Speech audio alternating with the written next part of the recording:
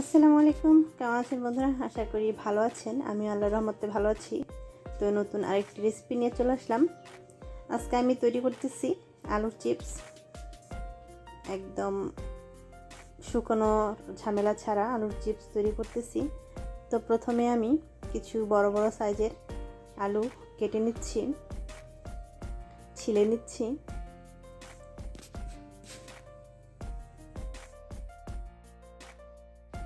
আলুগুলো ছিলে আমি একটা বাটিতে ভিজিয়ে নিচ্ছি।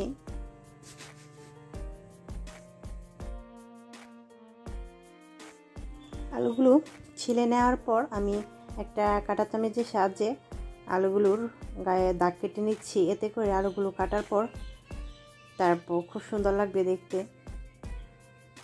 আপনারা যদি না চান তাহলে প্লেনই রাখতে পারেন আলুগুলো,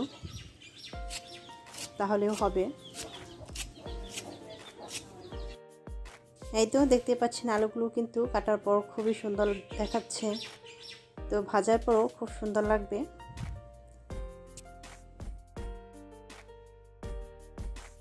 তো সবগুলো আলু আমি কেটে নিয়েছি। তো এখন আমি খুব সুন্দর করে ধুয়ে নিচ্ছি। বারে বারে ধুতে হবে, এতে করে আলুর গায়ে থাকা কোষগুলো উঠে যাবে।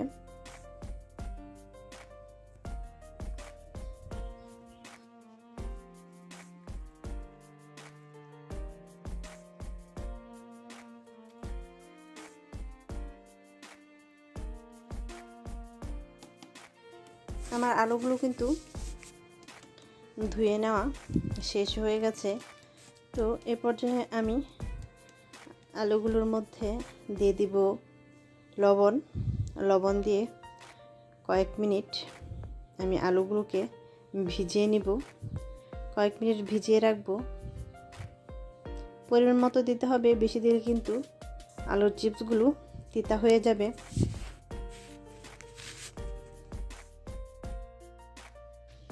তো 5-6 মিনিট ভেজানোর পর আমি একটা স্টেইনারে উঠিয়ে নিচ্ছি আলুগুলো পানি ঝরানোর জন্য।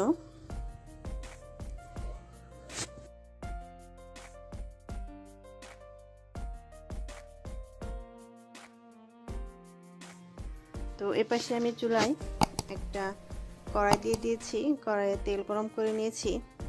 তো এখন আমি দিয়ে দেব আলুগুলো, পানি ঝরানো আলুগুলো দিয়ে দিচ্ছি। তো এ পর্যায়ে একদমই মিডিয়াম আঁচে আলুগুলোকে আস্তে আস্তে ভাজতে হবে, নাহলে কিন্তু মুচমুচে হবে না।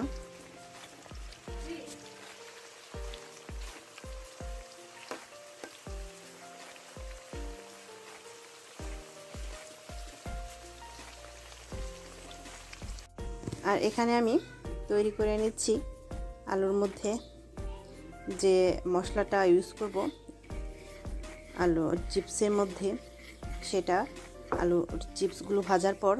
তো এখানে আমি দিয়ে দিচ্ছি অল্প পরিমাণ বিট লবণ, দিয়ে দিচ্ছি সাধারণ লবণ, আর দিয়ে দিচ্ছি মরিচের গুঁড়া।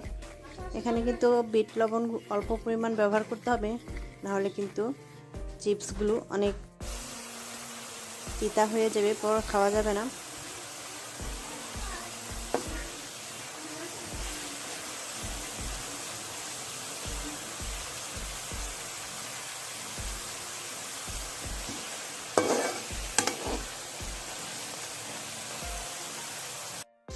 তো দেখতে পাচ্ছেন আলুর চিপসগুলো কিন্তু ভাজা হয়ে গেছে।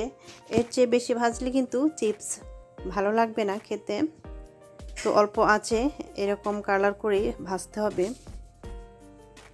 তো এখন আমি একটা প্লেটে চিপসগুলো উঠিয়ে নিচ্ছি।